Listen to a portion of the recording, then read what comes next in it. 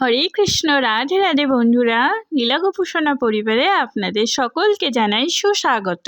সকল সাধুগুরু বৈষ্ণব কৃষ্ণ ভক্তের চরণে আমার কোটি কোটি প্রণাম, আর ছোটদের আমার অনেক অনেক ভালোবাসা। বন্ধুরা, রাধা গোবিন্দের কৃপায় আশা করি আপনারা খুব ভালো আছেন, সুস্থ আছেন। বন্ধুরা, আগামীকাল 16ই আগস্ট 2024 শুক্রবার পবিত্র রোপণী একাদশী ব্রত। এই পবিত্র রোপণী একাদশী ব্রতের দিন ঝুলন যাত্রা শুরু হচ্ছে।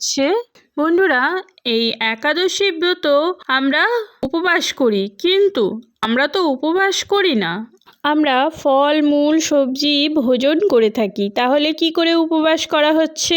এতে কি আমাদের কোনো দোষ ত্রুটি থাকছে? সব বিস্তারিত তথ্য আমি এই ভিডিওটির মাধ্যমে আলোচনা করব, আপনারা সাথে থাকুন। মহাভারতে উদ্যোগ পর্বে বলা হয়েছে, অষ্টোত্থান ব্রতং ধানি আপমূলম ফলম পয়ঃ অবিব্রাহ্মণ্য কাম্যা চ গুরুর বচন মৌষধম। অর্থাৎ জল, ফল, মূল, দুধ, ঘি, ব্রাহ্মণ কামনা, গুরুদেবের বচন এবং ঔষধ, এই 8টি বস্তু ব্রতনাশক হয় না। তবে শ্রীহরি শয়ন, পার্শ্ব পরিবর্তন ও উত্থান একাদশী এবং নির্জলা পাণ্ডবা একাদশীতে ফল, জল ইত্যাদি আমরা যদি খাই করি, তাহলে এই লক্ষণ ভালো নয়। ফল মূল খাওয়ার প্রতি মন নিযুক্ত হলে হৃদয়ে সঞ্চিত আমাদের যে পাপ বা অপরাধ তা মার্জিত হয় না।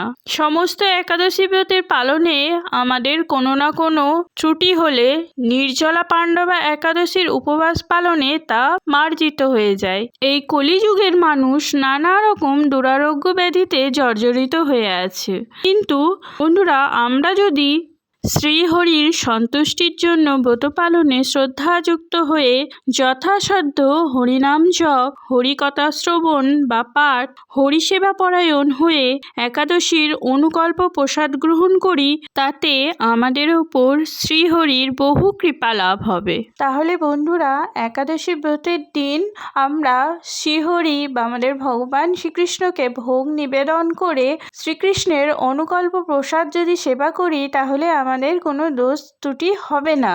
বন্ধুরা, ধর্মীয় বিষয়ক এমন আরও ভিডিও পেতে লীলা গোপুসোনা পরিবারকে সাবস্ক্রাইব করে পাশে থাকবেন। আপনারা ভালো থাকবেন, সুস্থ থাকবেন। হরে কৃষ্ণ, রাধে রাধে।